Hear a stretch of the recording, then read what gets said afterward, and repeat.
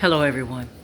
So, I've spoken a lot during this Storytime series about me being a writer, but I want to talk a lot about being a painter also, or the story or the journey of me being a painter. While not art, but poetry or writing is my first creative language, I am also a painter, and there's a story that comes with that. So I've always loved arts and crafts. I've always loved uh, drawing, not so much painting. Painting came much later, like well into my adult life. But I did always like to draw. Um, yeah. Um, in what year was it? I was living in a loft downtown Los Angeles, in a beautiful loft in the artist district of Los Angeles. And something had happened with me, and that I'm trying not to be specific about um, professionally, that had come to an end. So it was a poetic project that I had been working on that had abruptly come to an end. And I had, I had to quickly assess like how I was going to take care of myself. And I had a little bit of money, like a little bit of money, maybe a few $100s. And I went to, and so I just assessed, sorry for the pause. So I just assessed like when I'm in that situation, when I'm in a situation where I have, a little bit of money and a lot of bit of bills, how am I gonna manage this? How is this gonna happen? So what I usually do is I really write down like, what do I have right now in front of me? What do I have? And everything I can think of, I write down. I have my health. I have my sanity. I have um, whatever, however much money I have in the bank. I have that. I have I have time.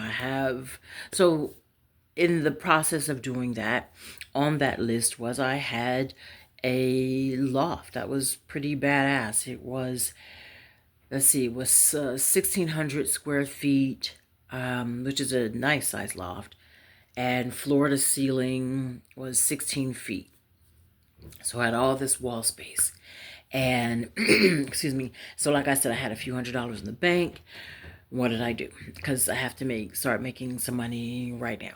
So I went to, I don't know if it's still around, but there was an art store in Los Angeles that I used to like to go to, and it was actually called the art store. So I went to the art store, and I got some canvases. Um, I, I liked, at that time, I told you I liked to draw, but I wasn't painting. And so I thought, I have this big loft. I know some people. I'll have an art show. That's what I'll do. What Jaha Zainabu is going to do, okay, is put a show together somewhere about something. So I said, okay, I'll have an art show. I don't know. I never had an art show before. I didn't know the first thing. I didn't know. Um, but I went and I bought canvases because that's what I thought painters did. They bought paint and you painted on canvases. So I bought a bunch of canvases and some paint. I didn't know, like I said, I didn't have experience. I wasn't formally taught art in middle school. I had taken an art class, but never in high school or after that. I'd never had an art class before. But I knew that I liked acrylic paint because I liked how, and still like how, I like the texture of it. So I bought some acrylic paint and I bought some canvases. And I painted. I did have an art show that did go well. And um, eventually I moved from the loft and I moved to another place. And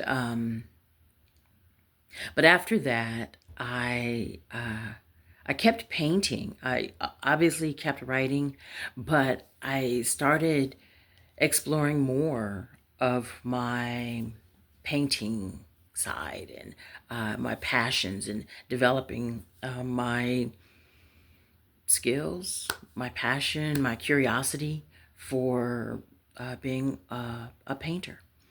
And I discovered that I liked, um, I wanted to explore painting on other things more than things except for canvases, because for one, canvases were pretty expensive, more than what I had, and I was painting often. That's when I get on a kick about something, I'm gonna do it all the time. It's what I do. So I started, but I didn't know what other thing to paint on. I didn't know. And I discovered painting on wood by accident. I still paint on wood. It's my favorite thing to paint on. I think I literally found a big board leaning against the dumpster and it's like that will be the next canvas. And so it was. And so I moved from where I was living and then where was I living? And eventually, I moved to an area in South Central Los Angeles called the Jungle.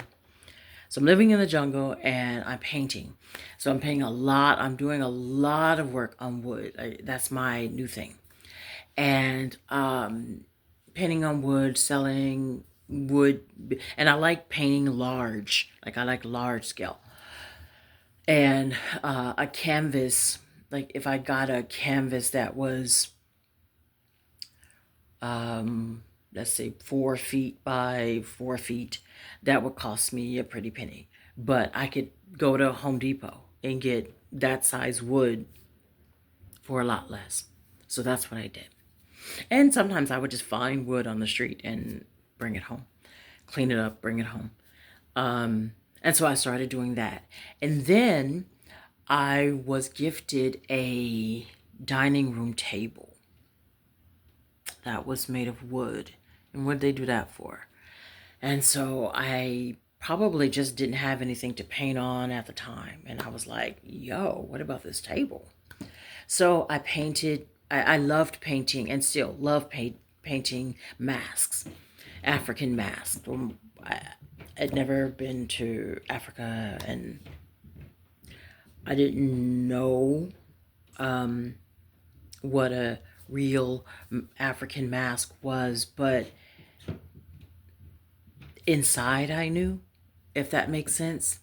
Um, I don't know if it was some ancestral channeling or what it was, but I loved painting. I'm painting masks, and um, a lot of people often would tell me that my art reminded them of artists and painters from South Africa, and I didn't. I had never seen South African art before, but okay, I'll take that. So I was painting masks and I was painting on this table. And I call her my godmother, but she's like kind of like everybody's godmother in LA. But V. Kali used to come over a lot and she would come over one time and she oh my god, this is so beautiful, this is so beautiful, this is so beautiful. And then she'd come over maybe the next day or the next week and there would be a completely different mask on the table. Like, what happened to the mask from last week or last visit? And I'm like, I just needed something else to paint and I didn't have anything else to paint on, so I painted over it.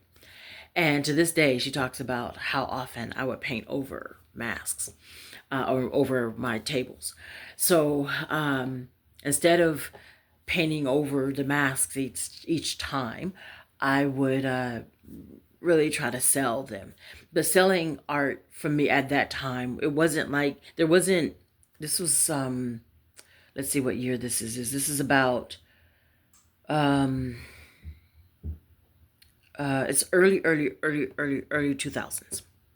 So there's no social media where I could just post, hey, anybody want a table with an African mask on it? You know, I could have just posted. It was word of mouth. It was, I would take um, there weren't smartphones and people didn't really have cell phones like that. So I had a disposable camera and I would take a picture with my disposable camera and I would take it to, I don't remember where I was getting film developed. Wherever I was getting film developed, I would take it there.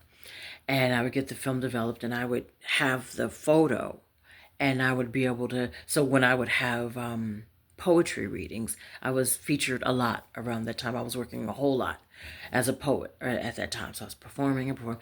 And when people would, excuse me, when people would come up to me after a gig and they would buy CDs. I was selling my own CDs at the time. And they would buy a CD. I would also show them like, hey, I'm also a painter and I paint on wood and I paint furniture. Want to buy it? And that's how I sold some of my furniture, from poetry readings, from bringing the picture to poetry readings. And so I got, and then I don't know, ran out of furniture, I guess, and I painted on my walls. I painted murals on every place I've ever rented, and I've always rented. Every place I've ever rented, I've always painted murals on all the walls. You're welcome, landlords. You're welcome, owners. You're welcome. Did I ever paint the walls white when I left? No, I did not. It was a community service. Again, you are welcome. Did I ever get my deposit back? No, I did not. No, I did not. Did I feel like I deserved it? Yes. I felt like I deserved my deposit back plus an extra 1,000 on top of that for my service, my mural service. But they did not agree.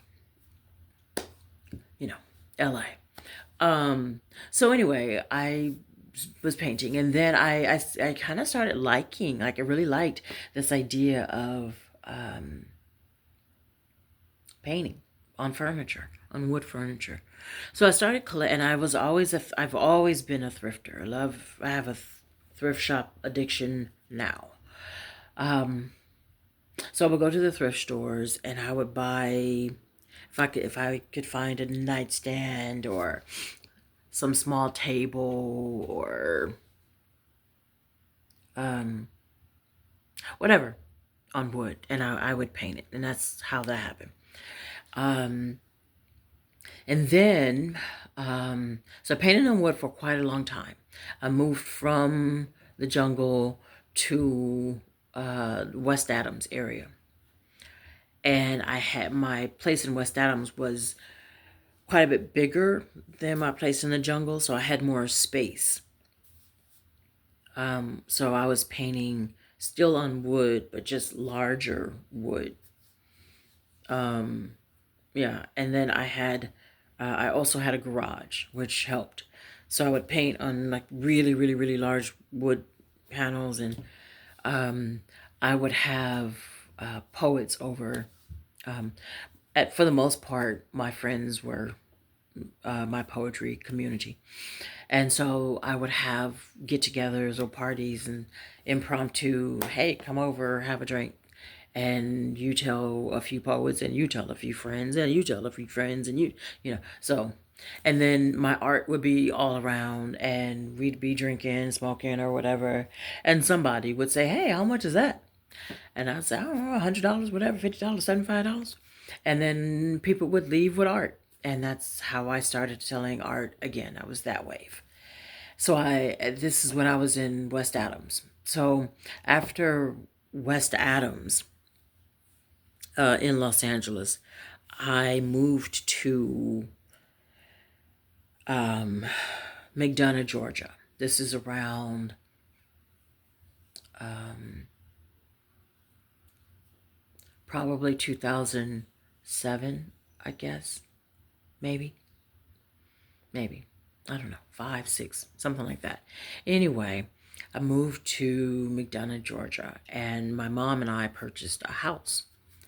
She stayed in Long Beach, and I lived in the house in McDonough, and it was her plan um, initially that she would retire and come and we would live together in the house in McDonough. Um, After probably the first couple of snows, she was like, um, and then so I stayed in the house in McDonough for as long as I stayed there. And in the house, the house is obviously bigger than my apartments. But the bonus to the house was that I had a basement. My basement was 900 square feet, which was bigger than any of my apartments, with the exception of the loft that I lived in. So the basement it was finished but not furnished. So I had it wasn't carpeted or anything like that. So that's where I would do my painting and put the work on the walls and um, um, spill stuff on the floor. So I was still painting on wood, but now there is social media. And um, what was first? MySpace. So I'm in McDonough and there's MySpace. So now I'm able to sell work from, I can promote work. I don't have to take pictures with my disposable camera because there are smartphones. Well, the smartphones? The smartphones, I guess, now. Well, cell phones. And I can take pictures and I could post the work on MySpace where I started. And hey, this is what I'm doing. And um, so because I am at this point trying to sell to people from across the country, wood is too expensive to ship. And so I started painting on not canvases because while canvases that was still kind of expensive to ship, but it was just because of how delicate canvases are. I didn't want to run the risk of getting the canvases damaged or anything like that. I started painting on paper, but like thick grade paper so that um, it's not expensive to ship, but it's not too delicate so that it won't get torn. And that's when I started painting on paper. Um, so I stayed in the house for um, 5 years. So I'm in the house for 5 years, and then I moved back to Los Angeles. Moved back to LA. We got rid of the house and moved back to LA. And um, now there's Facebook, there's smartphones, there's all the things. So it's a lot easier. And so while I still love painting on wood, that's still always my first love. I mean, my favorite. I'm shipping art now a lot. So I'm shipping art. So I'm painting on the paper I'm using that I started using and that I still use is 22 by 28 poster boards that I could get from the 99-cent store. I don't know if they had 99-cent stores on the East Coast, but in LA we had what we called 99-cent stores, and everything was 99 cents. Well, most things were 99 cents. So if it wasn't that store, it was out here. In Atlanta, they have Dollar Trees, which we have Dollar Trees now in LA too. But um, so basically, I would go to some dollar store and get poster boards, 22 by 28, and the poster boards were only 50 cents. So I would get sometimes $20 worth of poster boards. So that would, keep me for a minute. Not a long minute because I was painting so much. So I'm painting and painting, painting, and I'm shipping art, and I'm trying to make it do what it do. And then oh, you know what? I'll go all the way back before I moved to, was this before? Yeah, before I moved to McDonough, my son was going to school, elementary school. He didn't stay at the school, but he first went to elementary school in Long Beach, in Signal Hill, an area of Long Beach. And I don't know how this happened, but I was really cool with one of his teachers, and I was like, I noticed you have like a really big blank wall. I'm an artist. I'd love to paint a mural. And she says, I don't know. She said, that would be great, but I don't know about funding for that. I was like, no, I'd do it for free. And so she was like, say less. So I went, she got permission from the principal or someone, and permission was granted that I can do the mural. So I went to Home Depot, which was near the school that my son went to. Oddly, this mural is still up at that school. Anyway, I went to Home Depot near the school, like a block from the school. And Home Depot has what they call oops paint. And oops paint is, say someone goes in and they order a can of peach paint. And then when they arrive, the paint is not peach, but pink. And I'm like, I didn't say pink, I said peach. Oh, I thought you said peach. So they can't, they don't sell it like new, so they like put a discount mark on it, tag on it, and it's called oops paint. So to this day, you can go on Home Depot and get oops paint, except I don't go to Home Depot. I go to Lowe's but Lowe's also has a discount paint. It's not called oops. It's probably called accident or whatever it's called. I don't know what it's called, but they have a rack that is not over $10 for a gallon. But if you get the small cans, you might spend 50 cents or $1, $5, $6. Nothing over $10 though. So go to Lowe's and get some accident paint. Anyway, so I went to the manager at Home Depot and I said, my name is Jaha Zainabu and I'm an artist. I'm painting a mural at the school a block away. Would you consider donating some oops paint? And I wasn't asking for the brand new stuff for like that was selling for $60. I just wanted, give me a few gallons of oops paint. And he did. He gave me a lot of it, actually. And then I went back for more, and he gave me that too. So shout out to the Home Depot in Signal Hill back in the day. So he gave me that. I did the mural, and that went well. And then they had this ceremony at the school for, what was the ceremony for? I don't remember, but they awarded a couple of parents, and then they gave me flowers for doing the mural, which I thought was pretty cool. So anyway, so now let's go back. I'm back in Los Angeles from McDonough, from Georgia, and I'm on a mural kick where I want to paint murals. That's my thing now. I always got a thing, so I'm painting murals now. And some I got paid for, most I didn't. And while money was important, it was more important to me that people, like every time I turn around, I see one of your murals. And I liked that, which got me more murals, which actually that got me the paid gigs. Because people would say, they didn't know I was doing these coffee houses for free. They had no clue, but I was. And sometimes I was doing the coffee houses because the only thing I would charge them sometimes was, if you supply the paint, I'll do the mural for free. Because my thinking was, it's gonna cost me a day, 2 days, maybe 3 days to finish this mural, but I would get a lot of supplies, and I needed supplies, so they would give me, a small budget to get. They would give me a budget for like new paint, and I would buy oops paint.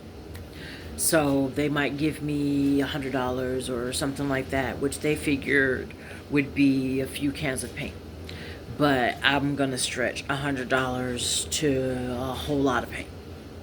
Because remember, oops is only at the most $10, maybe 15, and I wasn't spending 15. And so I was doing that, and I was having a ball painting. I was painting the town. Okay, I was painting murals, and man, like so many coffee houses. And I loved it. I loved painting murals. I loved businesses more than homes. Just because I know how I am in my own home. I change art so much in my own home. And I always felt that people would also do that, and they would want to change it, or they would want to. It took me, I did do homes, people did like that. But the process was, how do I say, like the conversation was longer than a business. So a a coffee shop owner might say, "Yeah, you'll paint the bathroom or paint this wall. Do what you do," and I would do what I do. Or they might give me a suggestion, like, I was thinking, and if it was inside of my skill set, then I would do it. But with a home, like what I'm thinking of right now is I did a mural in a child's bedroom. And while I've always painted murals in my son's bedroom that he enjoyed. This was somebody else's kid. And I just wanted to make sure it was something that, everybody in the household could live with and sit with and be with for a while. That they eventually wouldn't come in and go, I don't know if I'm feeling that, blah, blah, blah, blah. So that process would take a little bit more time. And I didn't enjoy that as much, truthfully. I think because the process was a little bit different. I like being alone when I paint. And I wasn't alone. I was in a room. I mean, while the door was closed, I'm not alone in the place where I can sit and, so how was that? Then fast forward, I got a gig to paint a mural in. If you live in LA, you probably remember the Temple Bar. That was a big thing. I think it was on Wilshire and Santa Monica, the Temple Bar. Well, the Temple Bar also owned a club, also in Santa Monica. Was it called Zanzibar? Something like that with the Z. Well, the owners of the Temple Bar also owned that club. So I got a gig to paint murals in both of those clubs, which was crazy, crazy, crazy, crazy, crazy, crazy fun. Crazy fun. Because I guess the guy either let me in or I had a key. I think I had a key. They gave me a key to get in. And so I just locked myself in, and I just painted in the Temple Bar. Like, that was really, really cool. That was a cool gig. And then I painted the other club too, doing the same thing. I just locked myself in and painted all night, listening to. I had at that time we weren't listening to music on our phones. I had not a boom box, but a CD player, and I didn't even have a lot of CDs. At that time, I was listening to Kem, Kem, and I think his album was Chemistry.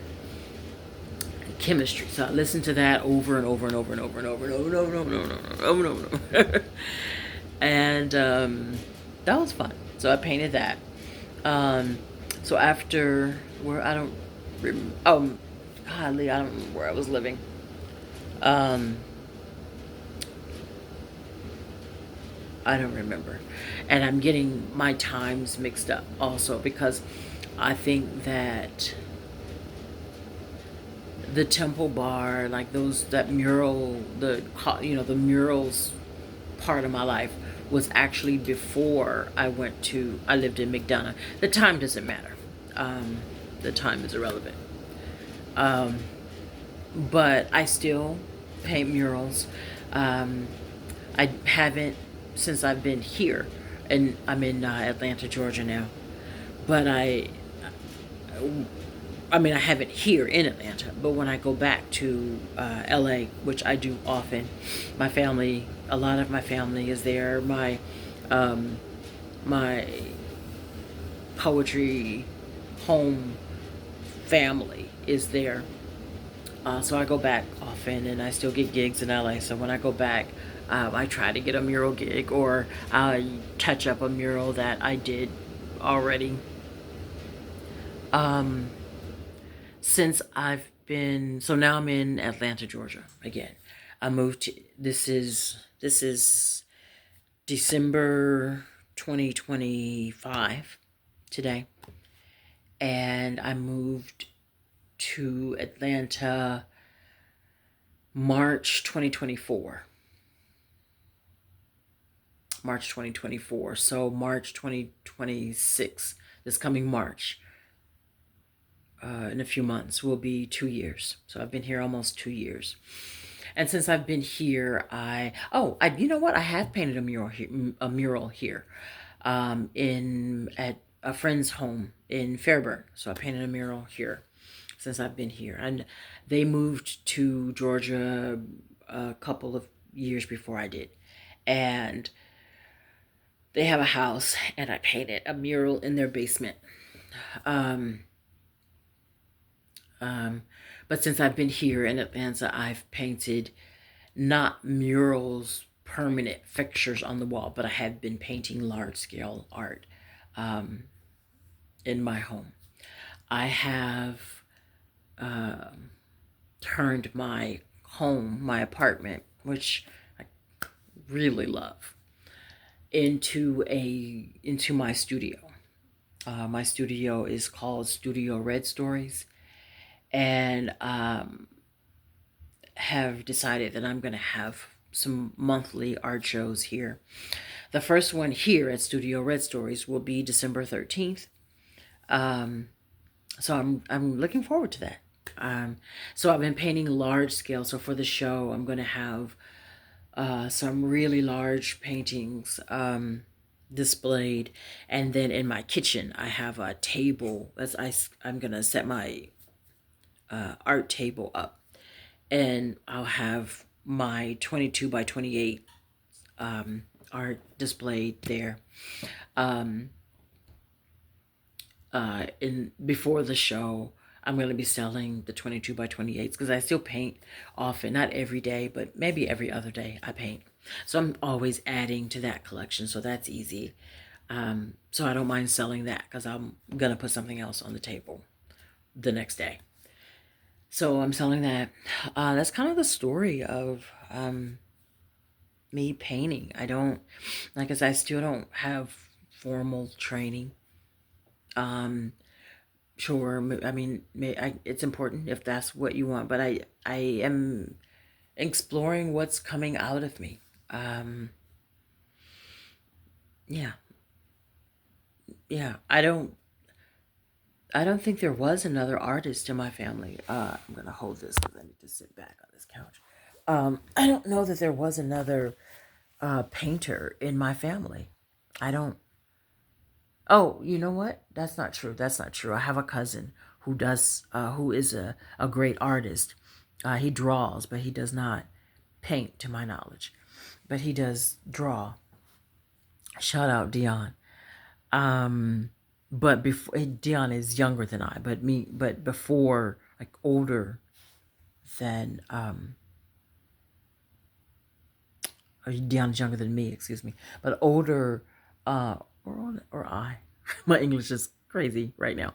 Um, anyway, um, I'm really looking like who there wasn't that I know of. I didn't have an uncle or an aunt or a big cousin that painted that I know of. If I did, I don't remember or I didn't know them. Um, so I didn't really have anybody to go to that could coach me through this thing called art, thing called painting. So I have really just been going on what some old ancestor inside of me, and other than that, have been quite Forrest Gumping my way through this art world. And I sell, okay, I'm gonna say this. I I went through my son and I when this was in maybe 2016 or 2017. Um, for a minute, my son and I were homeless and not like sleeping under a bridge, but we lived in hotels. And I was paying $150 every morning at 10 o'clock. And that was not easy. But I was paying for that, for those hotel stays with art. Um, with art. And it was not easy, but thank God we got through that. Um, I would post a painting and um, send a prayer up, and dog on a bone that a painting had to be sold every day. And I wasn't charging that much for art. I still don't. Um, yeah, I still don't. But I was living. That's how we got through. Um, I mean, I also had um, a friend who, at a couple points was very generous, and that was a great blessing. But as far as work, I was doing that. I also at the time was working as a caregiver, but that never paid a lot of money, ever paid a lot of money. But it was something consistent that I did. But as far as money was concerned, my caregiving kind of money kind of was gas, food, stuff like that. Um, but it was, as far as work, it was the art that really pulled us as far as work. Um, and my son used to, my son thinks he's my business manager. He is, actually. My son is. And so my son would always stand over me and go, Mom, how much are you going to sell that for? And I'm like, maybe $100. Mom, stop doing that. Or I say, oh, $50. Mom, do not sell that for $50. Mom. And he's good, I'm telling you. So all of my art is going to my son when I die. I'm never going to die, though. That's the gag. Um, but when I do, it's going to my son. And I'm telling y'all, if you like my art, you should buy it from me, because Urias is not a game, and he is not giving it to y'all for free. Okay, no more C-note transactions. No more $100 transactions. It's you're gonna pay for it.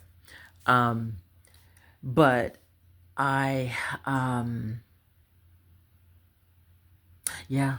So we would stay in the hotels. We stayed in more than one for more than 30 days. Let's say that. But with hotels, probably everywhere, but for sure in LA, you can't stay more than 30 days because, or like you can, at the 30-day mark, you have to leave and then you can come back the next day. They just are trying to prevent a squatters kind of situation. They don't want you to be able to say, like, I live here and now you got to evict me, and that whole game, which I'm imagining, I imagine people have pulled before. So, but we went through that in more than one hotel where we had to leave and then come back. But still, I mean, the rate is still the same. It was like 100, between 100 and 150 every day. Um, I think for me, Urias and I used to have great discussions. My son, Urias, and I used to have great discussions around my pricing of art. And I used to say, and quite proudly, like, well, painting is my day job.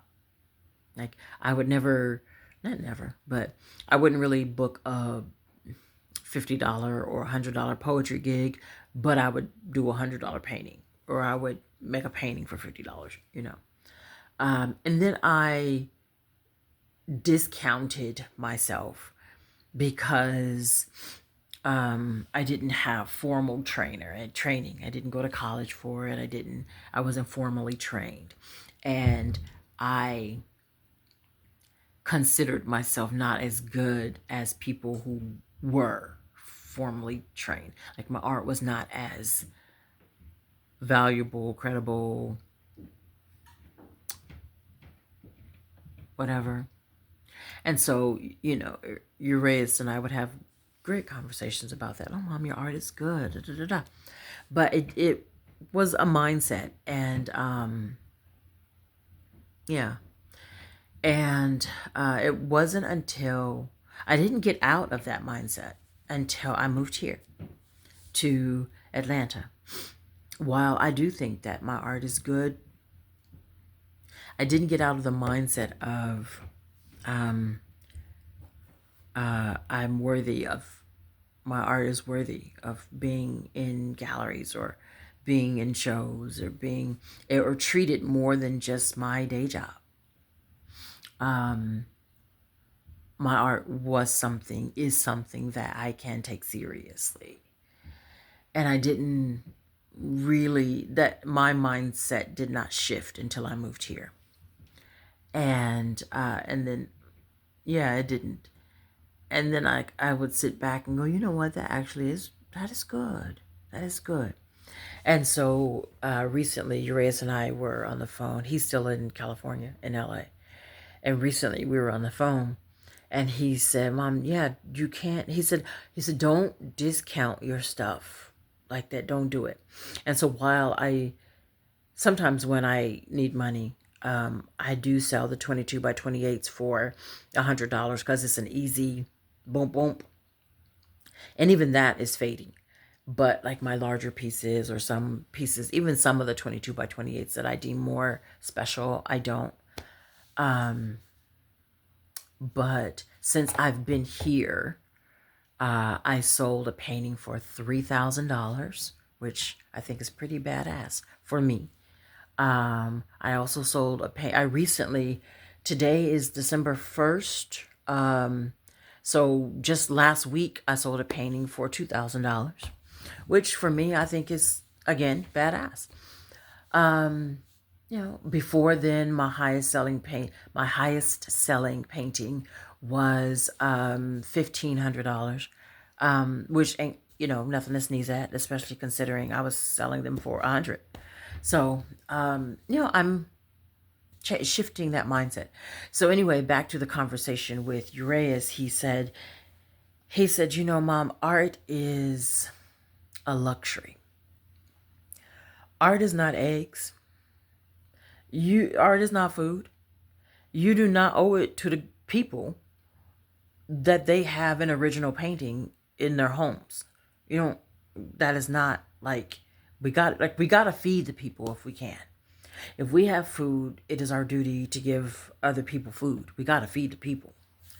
But if we have a talent for making art, it is not our duty to put original art on the people's walls. Art is a luxury, was his conversation. And I agree. And so he said, would you stay in, a $10 motel? No, I would not. And he said, why? And obviously, because of course I'm thinking, well, what's wrong with the hotel? And so he says that is exactly what people are thinking when you post a painting. Like, when they look at it, they think this is really beautiful. But when they see the price tag, the first thing that goes through their heads is the thought, what's wrong with it? And the other thing that goes through their head is, if you are an art collector, do you really want something that everybody can have? And I do. I fucks with that. And he was like, yeah, you have to treat art like it's a luxury. And he said, even with food is a necessity. But would you buy $3 sushi sold at the gas station? No. Again, no, I would not. Yeah, you wouldn't. Sushi is expensive. The kind of sushi, and he and I both love sushi. And the kind of sushi that we eat is quite expensive. And, but if you are hungry, sushi is not where you go to. If you are hungry like that, you go to the grocery store and you get some groceries. You don't take, you know, $60, $100 or whatever and go to the sushi place. You don't do that. You go. So sushi is a luxury. It's not. So, so it did sink. Like I get that. And so and then I was talking to another friend who has a lot of my art that, thankfully, and she said, we, in LA, who have spent years collecting and buying Jaha Zainabu original pieces for $100, we thank you. But eat now. It's your turn to eat. And in the space of it is my turn to eat, I'm eating. So I've raised my prices on especially the larger scale pieces, not because of the size, but because because of the size. Because I mean, it takes a lot of work to put together larger scale pieces. But so this art show series at Red Stories is going to be me displaying and coming out as an artist with a different mindset. A mindset of, this is not my day job. This is my art too. And not even two, this is my art and it is precious. And buy it or not. And it is a luxury. It is sushi. It is a great hotel. It is the W or whatever great hotels are. I don't really know them. Yeah, so that's, again, that's coming up December 13th. I have sent out invitations, and the way that I'm doing it, and because it's going to be in my home, safety is a concern. So I really have only reached out to people that I am kind of close to or connected to. And I know a handful of people like that in Atlanta. And some of the people I'm not necessarily close to, but I know through careful reference that I feel comfortable with them in my home.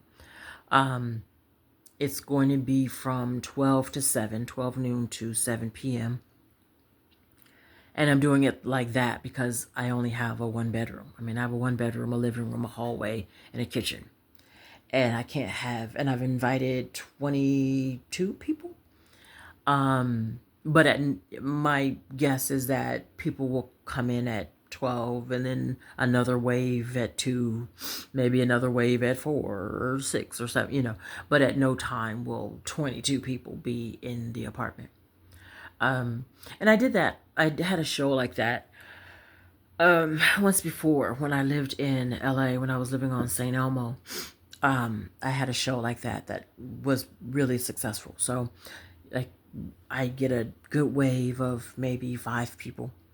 And when I was on St. Elmo, I had a studio apartment. I didn't even have a one bedroom. And so I get a wave of maybe 5 people, and we congregate on the couch, on the kitchen table, on the bed. And then they'd leave, and then I would refresh the refreshments. And yeah, new refreshments. And then and then the next wave would come. So I anticipate that that's what this will be like. Um, and it'll keep going. That's the plan. So that will keep going. Um, I just had a thought that I think I'm going to go to a thrift store that I go to often and get a wooden table. And maybe I'll paint some masks on a table and sell that. Kind of tribute to old time. Maybe I will. Who knows? I don't know. But that's what's going on. That's my art story. I will keep you posted as to how the show goes. Um, and then the show this month is called Tapestry. You can see this painting behind me. It's kind of big, but it's called Tapestry. Um, I cause just cause it is, I'll tell you about that later. But it's called Tapestry. The show next month, in January, is going to be called something else. Um, but the art will be different. The art on the walls will be different. I'll still always have a stack of 22 by 28 poster boards, but the art displayed will be different. Um, yeah. So that's my story, and I'm sticking to it. If you want to see some of my art, uh, check me out on Instagram. What is my Instagram? My Instagram is Jaha. That's JAHA0903. Most of my art is on Facebook, and my Facebook is under my name, Jaha Zainabu. Check me out there, and have a great day. Do something you love today. Peace.